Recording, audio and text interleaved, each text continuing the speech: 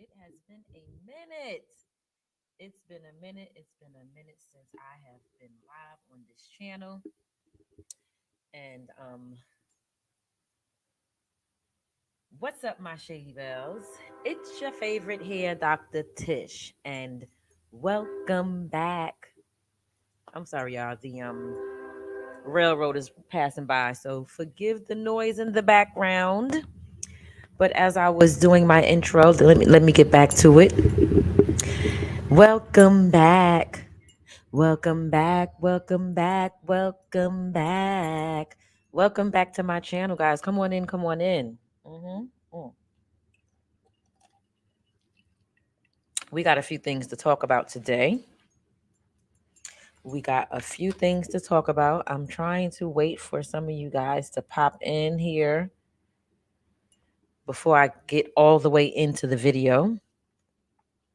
But if none of you pop in while I'm live, it's okay because the show must go on. I'm going to carry on with my show. But again, I'm your favorite here, Dr. Tish, and on this channel, I talk about everything pertaining to hair. I did a few videos already on this channel in regards to the structure of hair, the foundation of hair, and I dove deep into um, everything that is pertaining to the way our hair is made up from the inside and the outside. I even talked about on this channel um, how hair grows and things like that. So today I wanted to get more into a different side of hair, and that is hair loss. And in addition to talking about hair loss, I do want to talk about my thoughts on Bloveslife new hair journey, which is her Sisterlocks. Mm.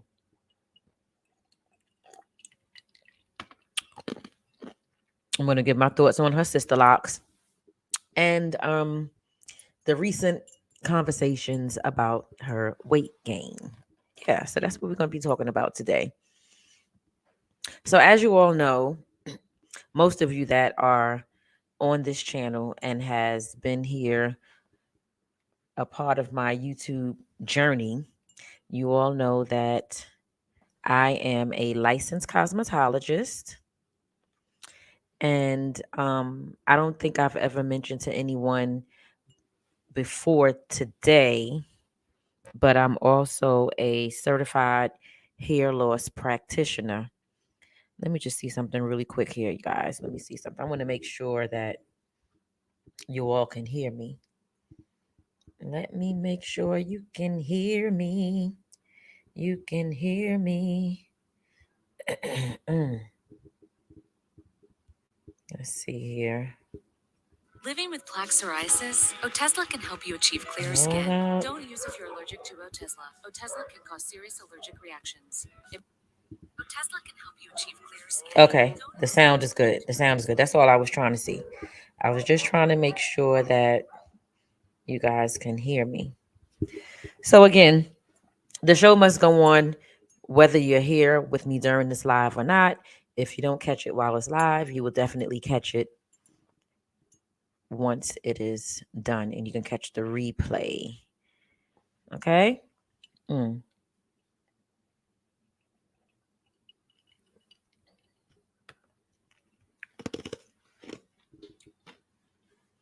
So basically, I was telling you guys that I am a certified hair loss practitioner.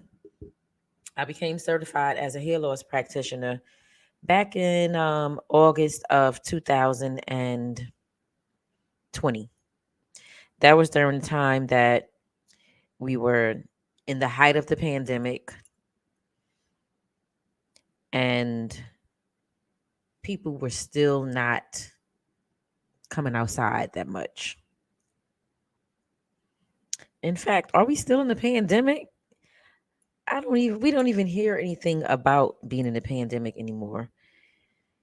We don't hear much about COVID. We don't hear anything anymore. So yeah, it's just one of them things that we're just basically going day to day, just living our lives, not knowing what's going on as far as that's concerned. Um, well, not that we're not knowing what's going on, but anyway, that's a whole nother topic. I don't even know why I started with that. But the bottom line is, like I was saying, I became a certified hair loss practitioner back in August of 2020. The goal is for me to get my certification as a trichologist, and that is going to help. That right now, that right there is going to segue me into what is a trichologist. I want to go over that with you guys first before I get into the video. So I want to pull up this um, information about trichology. Y'all bear with me. So the school that I attended is called U.S. Trichology Institute, right? USTI. That's the name of the school. And so I'm going to read to you guys what is a trichologist, because I don't know if most of you that are reading, have you ever even heard of what a trichologist? But if you haven't, I'm going to explain it and break it down to you right now. What is a trichologist? So, in order to become a certified trichologist, there are several different courses that has to be completed.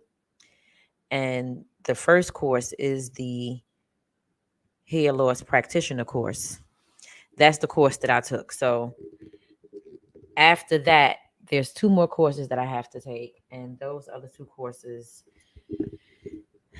the next one is called the associate trichologist, and then the one after that is called the it's the clinicals, and not it's actually your clinical. So that would have to be done in person, and you would actually be doing work like in a lab. Okay, so I'm halfway there to becoming a certified trichologist. So, what is a trichologist? A trichologist is a hair loss and scalp specialist. They are trained to look for and at hair loss problems. Okay, this is not written right. Don't I'm not reading wrong, or it's not that I can't read or anything like that, but this is written wrong. So let me reread it again. They are trained to look for and at hair loss problems in a holistic way by evaluating clients on the basis of personal history, lifestyle, genetic factors, and environmental conditions. So I guess I was reading that wrong. Based on this consultation, a trichologist normally suggests individualized cosmetic solutions, gives nutritional advice, and recommend lifestyle changes to improve the health and appearance of hair and scalp. Okay? Hold on, y'all. 1 second.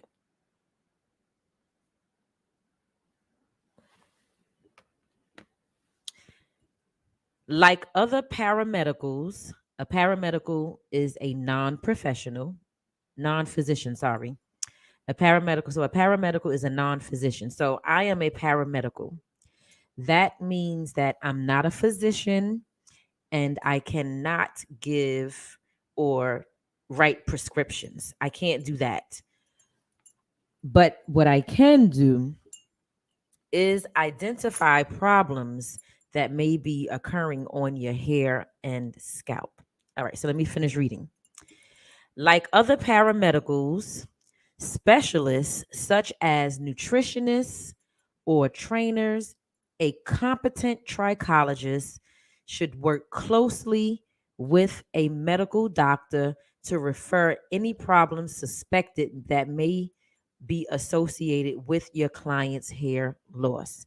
So most trichologists, they work closely with a doctor.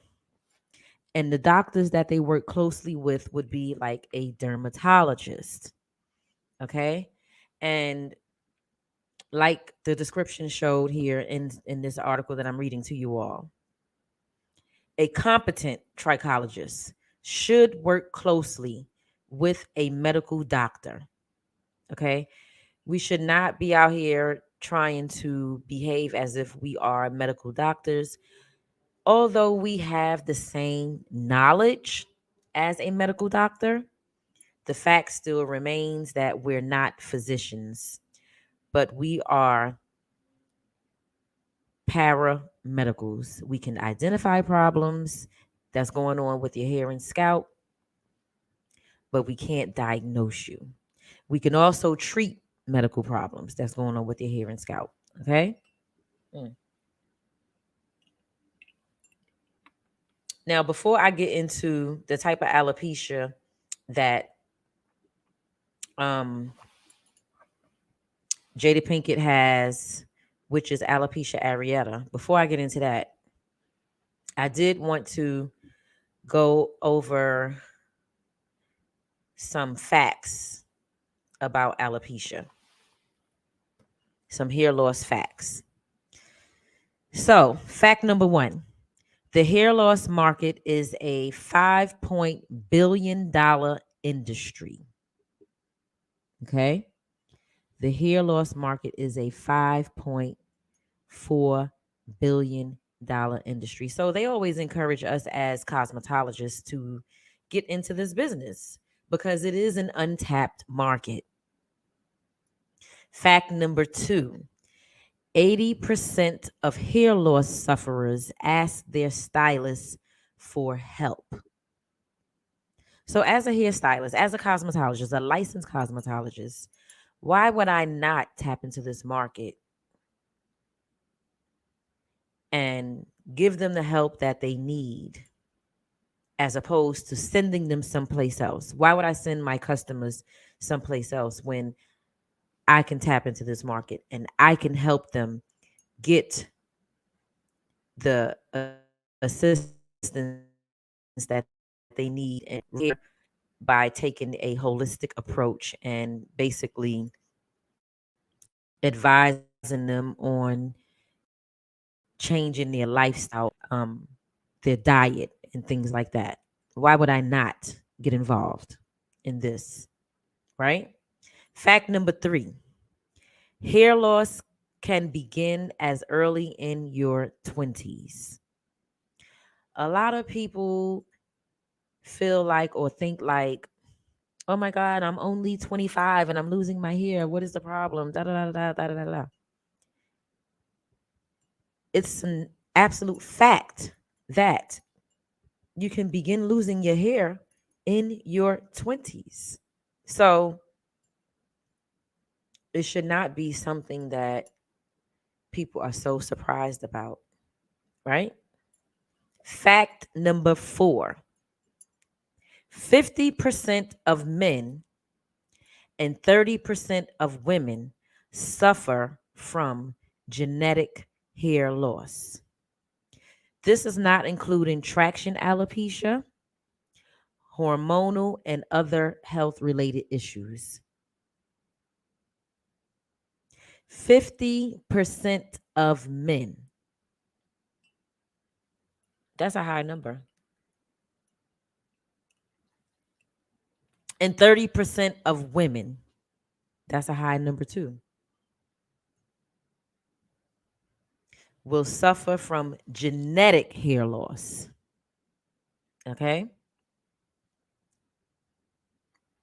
Fact number five, 1/3 of all people have noticeable hair loss in their lifetime. 1/3 of all people, did y'all hear that? Will have noticeable hair loss in their lifetime. And this is all types of hair loss. This is not just genetic hair loss or hair loss that's sorry, traction loss. This is not hair loss that's related to um, autoimmune diseases like lupus. This is not only those things, is what I'm trying to say. 1/3 of all people will have noticeable hair loss in their lifetime. It's not only those things. It could be any one of those things, basically. Like it could be traction alopecia, it could be androgenic alopecia, it could be alopecia areata, it could be um, cicatricial alopecia. There's different types of alopecia. Okay, so 1/3 of all people will have noticeable hair loss in their lifetime, and I must keep reiterating. It could be any one of those hair losses that I just mentioned, right? So we're going to go down to fact number 6. In America, that's over 100 to 150 million people. That's in America alone. In America alone, 100 to 150 million people will have noticeable hair loss in their lifetime. Come on now. That's a lot of people. That's a lot of people. Which facts am I up to now? One, two, three, four, five, six. Fact number 7. 97% of all male hair loss is male pattern baldness. 97% of all male hair loss is male pattern baldness. I'm not going to get into male pattern baldness on this video today, but I'll get into it on another video on another day. 70% of all female hair loss is female pattern baldness. Okay. So you got 97% of male hair loss is male pattern baldness, and 70% of female hair loss is female pattern baldness. Okay. And last but not least, 50% of all women, sorry, I keep mis, you know, mistaking my words or whatever, but let me carry on. 57% of all women by middle age will have noticeable hair loss. 50, excuse me,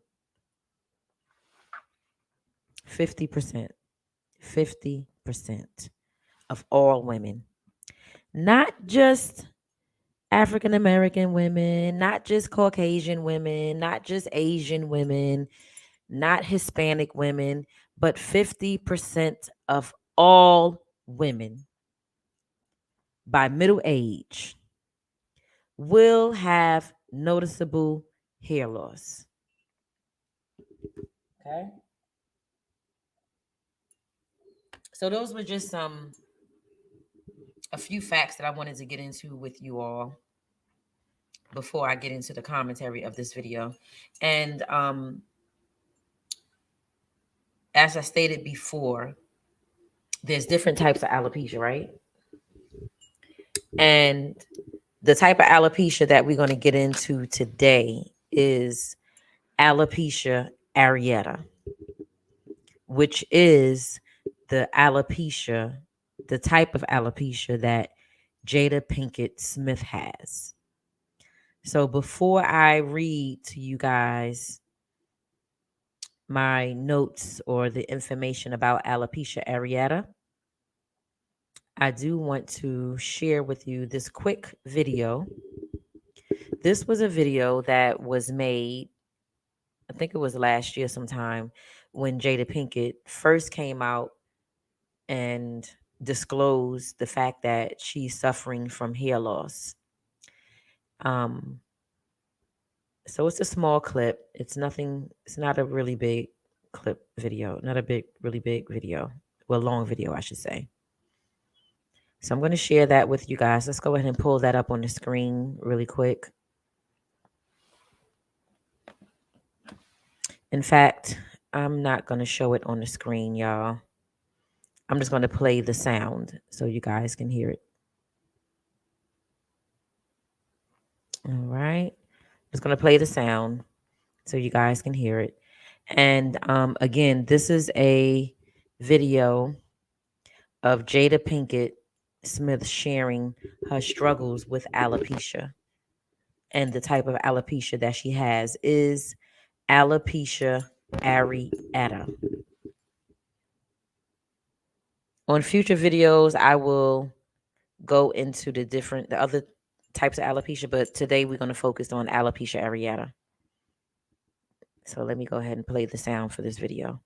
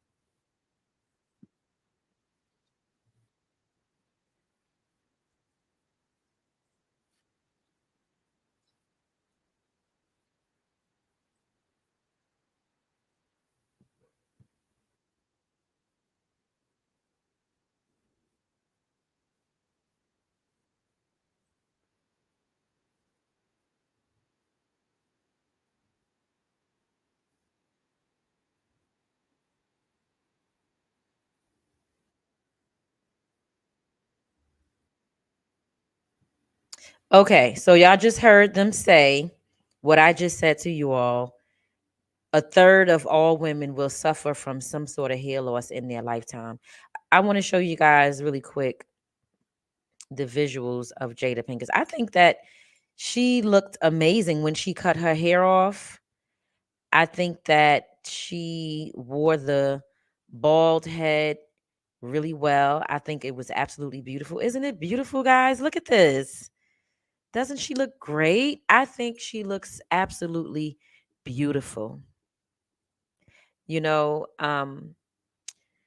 suffering from hair loss, especially as a woman, can be very, very depressing. It can be um, embarrassing. It will make you feel unattractive. You will be paranoid. Like when you think about going bald as a woman, the paranoia part of it comes from the fact that, oh my God, is she talking about me or is he talking about me? Or like, it's so many different emotions that can come into play when a woman loses her hair. Now, I'm not saying that men don't experience the same type of emotions, but I do believe that it's heightened when a woman is losing her hair because our hair is our glory, right? Our hair is what most of us feel like adds beauty to us from the physical standpoint, the physical appearance, right? So when you start to go bald and you're losing your hair, that has to be like the most devastating, embarrassing feeling that you have ever felt as a woman. As a woman, we want to have the most beautiful, full, thick, coarse hair. We want to have that type of hair on our head, right? But unfortunately, that doesn't happen for all of us. That doesn't happen for all of us. So then, if that's not happening for all of us, we suffer a harder, even harder blow when we start to lose hair. You understand what I'm saying? Studies show that females under 50 reported feeling severe emotional blows. 29% have admitted to feeling scared. 47% were embarrassed. 15% felt unattractive. And 28% experienced paranoia. I believe it. I believe that to be true. And the reason why I believe that to be true is because, first of all, I'm a woman and I know how I feel about my hair. I love my hair. I take a lot of pride and joy in maintaining the health of my hair. So, for me to start to lose my hair, it would definitely be a major emotional blow, right? But the beauty is when you can own it and do what Jada Pinkett did, and that is to cut it down low and embrace it, you know? The other reason why I know those statistics or those facts to be true is because I have had clients who suffered with hair loss and aka alopecia or alopecia, aka hair loss. And they feel embarrassed. They feel unattractive and all these things. And I know that they feel embarrassed because whenever I would do their hair in the salon, some of them would make a special request to make sure that other people aren't in the salon with them while they're getting their hair done. Or if they could be in a secluded area, an area of the salon where there aren't other people that can see their head. No woman want to walk with a bald head or bald patches if she don't have to. So those are reasons why I know those statistics that I just read to you all are absolutely true. Again, females under 50 reported feeling severe emotional blows. Can you imagine being under 50 and losing your hair?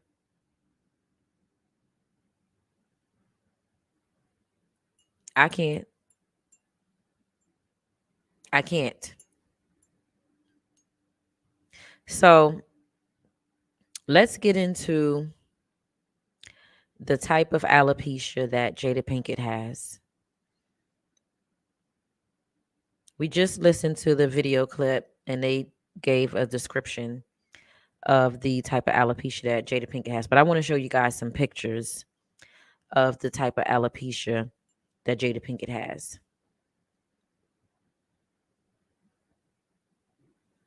But before we get into the pictures, let me just read to you all. Hold on, let's go here. Let me take this off the screen and add my other screen.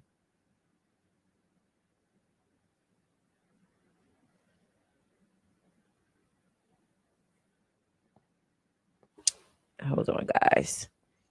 I hope everybody's having a good day today. All right. So now, let me put on my eyes because, I low key can't see y'all. Hey there, Renee. I see you in the chat. So before we get into the type of alopecia that Jada Pinkett has, I want to just go over with you all what is alopecia. Alopecia is a medical term which simply means hair loss. Again, alopecia is a medical term which simply means hair loss. Okay? Alopecia does not refer to one specific hair loss disease. The number one cause of hair loss is androgenic alopecia. Clients may begin hair loss as early as their teenage years. Okay?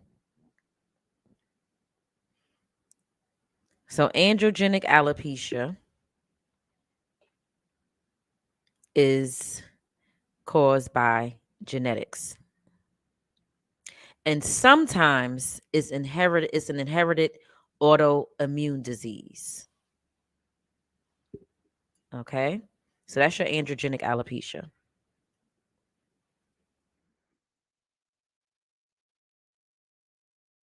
Um Next we have scarring alopecia. Scarring alopecia is a connective tissue disease, right? And scarring alopecia is the type of alopecia that can be caused by chemicals, right? And that type of alopecia, hair will not grow back. That is the only type of alopecia where your hair will not grow back. Then we have traction alopecia. Traction alopecia is due to personal lifestyle, and that could be wearing braids too tight, ponytails, anything that's pulling your hair too hard or too tight or too tight is going to cause traction alopecia.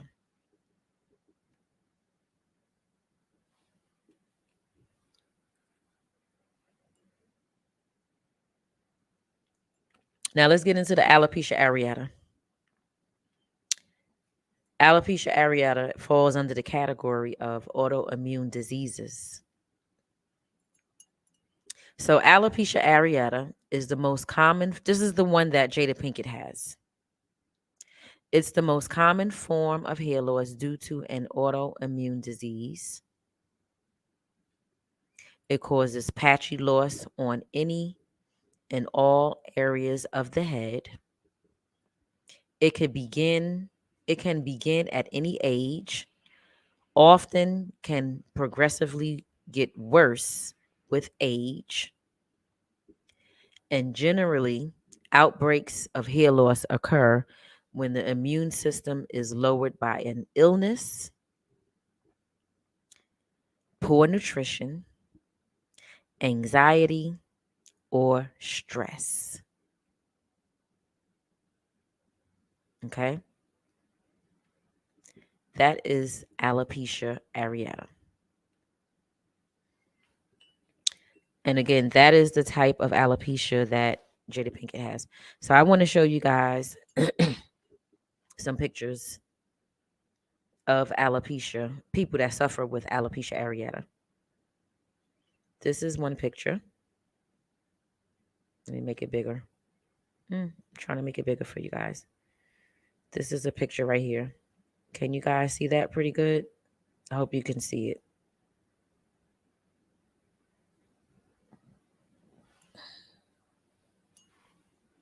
Can you all see that? This is an example of alopecia areata. As you can see right here, there's a bald patch in this patient, this client's hair in the middle of her head or his head. I'm not sure if it's a male or female. Show you some other pictures. Excuse me.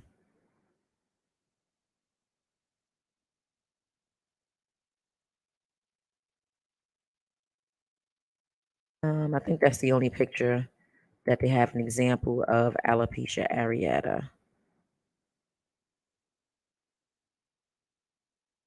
Yeah, I think that's it. No. Oh, this is okay. Here we go on this side. Right here on the right side, this is another example of alopecia areata. So, right here where you guys see my cursor is moving at, I don't know if you can see this where the cursor is moving. This is another example of alopecia areata. Let me move the screen over. Yeah, here we go. So you see the bald patches on the sides of the head.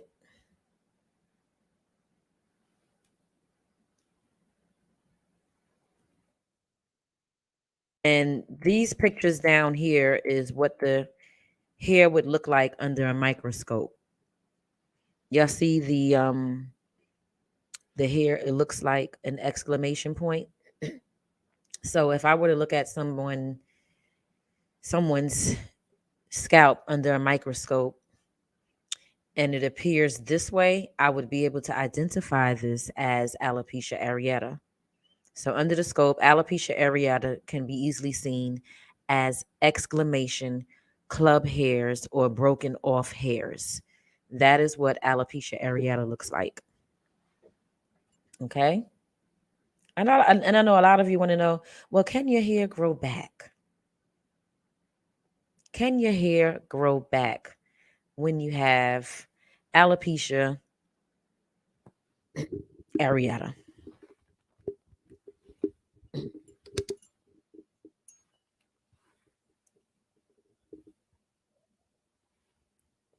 The answer is yes. Your hair can definitely grow back. Now, the thing about it is this: it's not going to happen overnight because you figure with any type of hair loss, whether it's alopecia areata, androgenic alopecia, um, traction alopecia, whatever type of alopecia it is, it's not something that occurred overnight.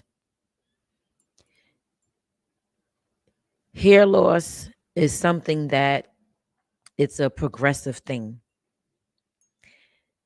It's something that has been brewing underneath your scalp for a while before you actually started to see or notice the hair loss, right? So there are treatment plans that you can get on in order to grow your hair back and things like that. But again, like I said, it's not something that's going to happen overnight. It's one of those situations where if you are a person who is suffering and dealing with hair loss and you want to get on a treatment plan to grow your hair back, you're going to have to exercise patience. You're going to have to exercise serious patience because if not, then you'll fall. Hold on, y'all. If you don't exercise patience, you'll get frustrated and then you'll want to give up on the process. But this is one of those processes that you can't give up on. You have to, like I said, exercise patience. Exercise patience with the process of the hair growth, the process of whatever treatment plan you're on, and also exercise patience with your trichologist or dermatologist or whoever it is that is offering the treatment plan for you. You can do different things. Like if you go to a dermatologist, they can do different types of injections and stuff like that that will help your hair to grow back. Um, And as far as a certified trichologist can offer laser treatments. All right. So I hope that this information was helpful to you guys and you understand exactly what alopecia is and that there are different types of alopecia and things like that. I'm going to come back again on another video to go over the other types of alopecia. Today, I just wanted to focus on alopecia areata. So, if you guys got any questions, you can leave a comment in the description below this video. Once it's uploaded, the once I finish with this live, or you can email me. My email address is letitia718@gmail.com, or you can DM me on Instagram, on my business Instagram, which is Hair with Flair. So that is HAIRWITFLAIR. You can DM me over there with any questions concerning alopecia if you have any. So that's it for that part of the video. And now we're going to move on to the next topic, which is B Loves Life. So a lot of people have been, a lot of people has had a lot of different opinions about B Loves Life's hair, her natural hair care journey that she's on right now, and the new style that she is wearing currently, which are the Sisterlocks and things like that. There's a lot of opinions on it, and also a lot of people are commenting or having an opinion on her weight gain and things like that. So I wanted to give my opinion on both of those topics, which is her natural hair journey, the Sisterlocks, and my opinion on the weight gain topic. So, first, let me start with the weight gain. First of all, in my opinion, she looked good. Okay. To me, she gained weight in all of the right places. I mean, I seen big YouTubers talking about it. I've seen small YouTubers talking about it. And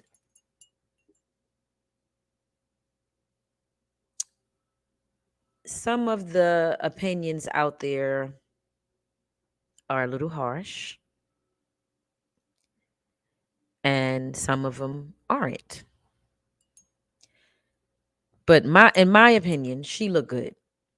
She doesn't even look like she gained that much weight to me, in all honesty.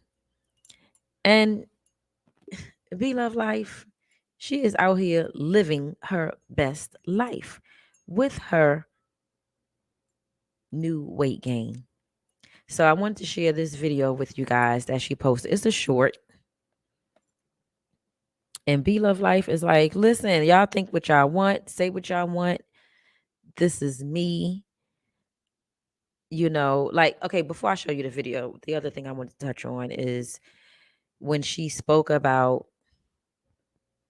being in premenopause or postmenopause or something like that, something about menopause. As a woman, myself, of a particular age, which is 50, I totally understand it. I totally get it. It is not easy to drop the weight that you've gained over the course of your life, especially when you're in menopause. It's not easy. I can attest to that based on my own personal experience. I can attest to that. It's not an easy thing to do. Okay.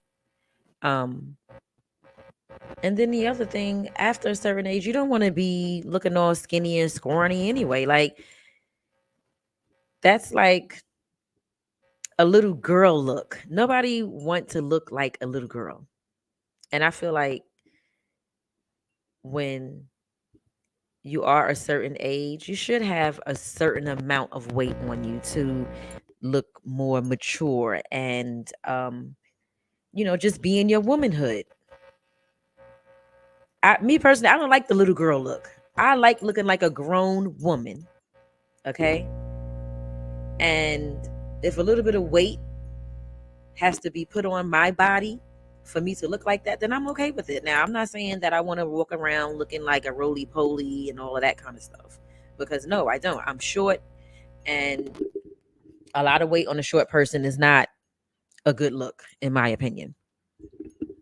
Um, so like I said, to me, Be Love Life looks the fuck good. Okay. Y'all say what y'all want. So I want to show y'all this video real quick. Be Love Life was like, y'all say what y'all want. I look good. I look good. And she been doing these little shorts a lot lately. And I think that she's been doing them because she's trying to show people that, y'all, I'm not as big as y'all think. And then y'all be screenshotting videos and blowing them up and putting them close and making the person look bigger than what they are and everything. Like, come on now. Y'all got to stop. Y'all got to stop the shenanigans for real. Okay, so let's look at this video right here. Okay, y'all. I am ready to show y'all my body. I know a lot of y'all thought that I was just so big and out of control. I'm not going to let myself go. Yes, I am very curvy. Yes, I have gained weight. However, I told y'all I'm postmenopause. So, meaning I am going to gain weight. It's not going to come off that easy, but I don't let myself go. I haven't let myself go. So, this is how I look. I'm just more curvy, a more curvier Be Love. Okay. So here we go in the front. This is my backside. And I don't have nothing on, y'all. Nothing, no, what you call that? The waist trainer and stuff. She look good to me. That on. This is my other side. And this is my front. And like I said, the camera does make you look a little bit heavier. I am not heavy at all like that, y'all. So I hope y'all enjoyed this view. Okay, y'all. I am ready. Girl, these people crazy. These people are crazy. Be Love, you look good. Okay? You look good. You're living good. You're eating good. And that's all that matters. Screw these people. Screw them. Screw them. Mm. Now let's get into her Sisterlocks. Now I'm going to tell you my personal opinion on Sisterlocks in general. It has nothing to do with Be Love Life and her journey of wearing the Sisterlocks or whatever. I'm just going to tell you what my feelings and thoughts are about Sisterlocks in general. Personally, I prefer the traditional locks. If I were to ever lock my hair, it would be the traditional locks. I'm not a big fan of the Sisterlocks at all. I'm not a big fan of the Sisterlocks at all. I repeat, I'm not a big fan of the Sisterlocks. Um, reason being is it's just something about the traditional locks, in my opinion. For me, they just look better to me. Even though there are some advantages of the Sisterlocks versus the traditional locks, and one of them is the fact that the Sisterlocks are a little more flexible You can do a little more with them. Um, they look more like your natural hair is like it looks more like your hair is like loose. Um, so yeah, those are some of the advantages of sister locks. I personally would just prefer the traditional locks. I don't know, it's something about the traditional locks to me that just is more. I like the rough look. I like that the texture of it. I like the bigness of it. For me, sister locks is just too little. They just look, they're too small. And I like big hair. So if I were to ever lock my hair, it would definitely be the traditional locks because I like that rough look. I like that the texture of them. I like the bigness of them. Um, so those are my reasons for liking the traditional locks versus the sister locks.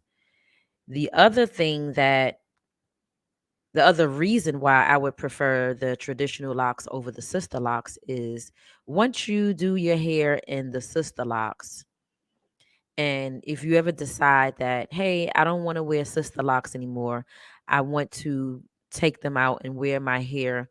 I just want to unlock my hair. You can't comb those out. The traditional locks, you can comb them out. It's going to take you a while to get them out. However, you can comb them out. And when I say a while, it might take you about a week, 2 weeks, depending on how fast you work at combing them out. With the sister locks, that's not the case. Essentially, a sister lock is basically a bunch of knots in your hair.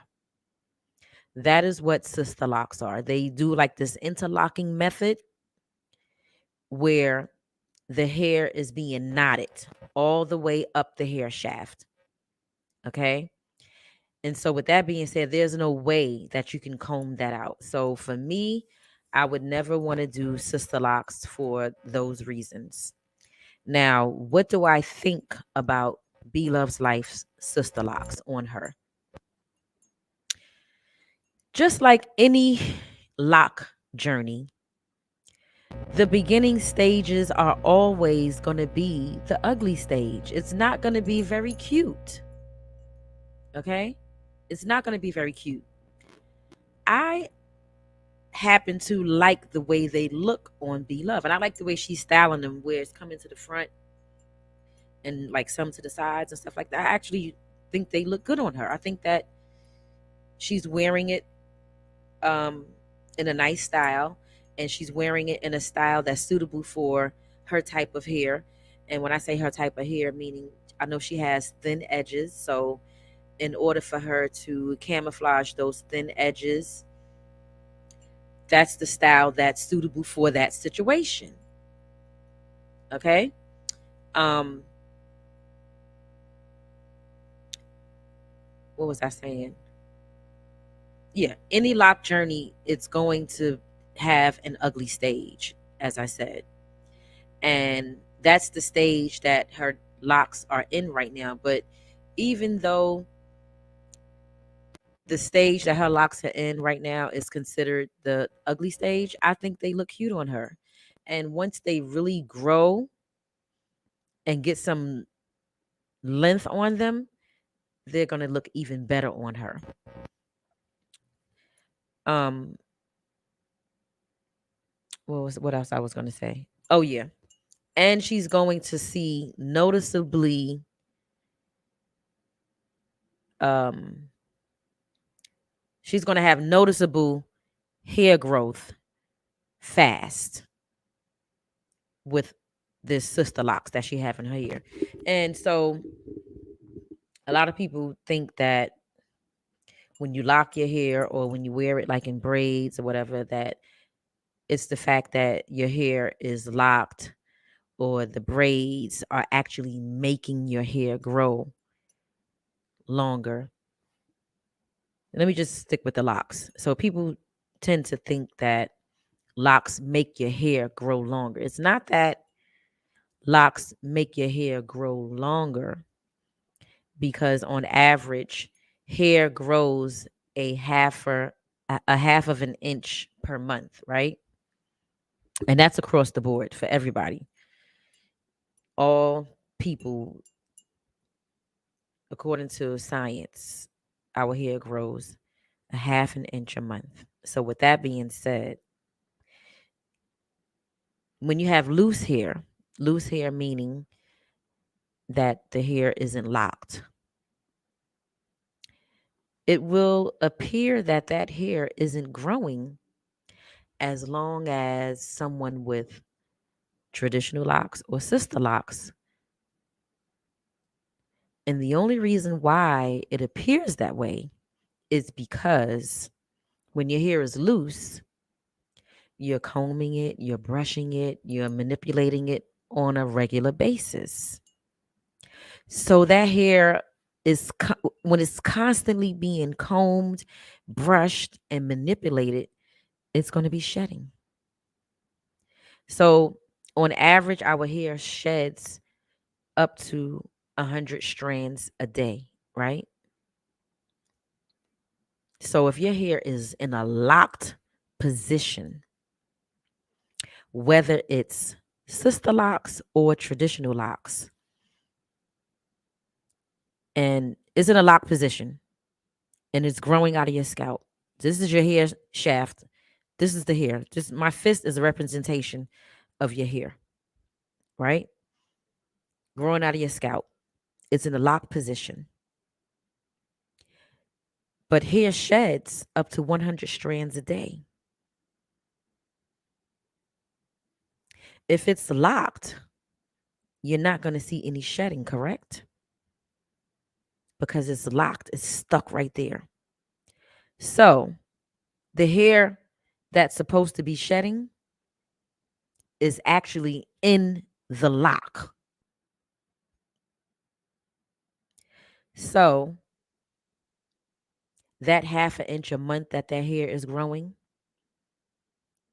the shedding part of it is not a part of the process. It's going to just keep growing and growing and growing and growing and growing. Now, the shed hair is in there. The hair that's supposed to be shedding, it is in there. This is the locked hair, but it is growing and growing and growing and growing. And this is why you see people with locks, hair and growing all the way down to their ankles. Because the hair that is supposed to be shedding and coming out, it's not doing that. It's in a locked position. Make sense?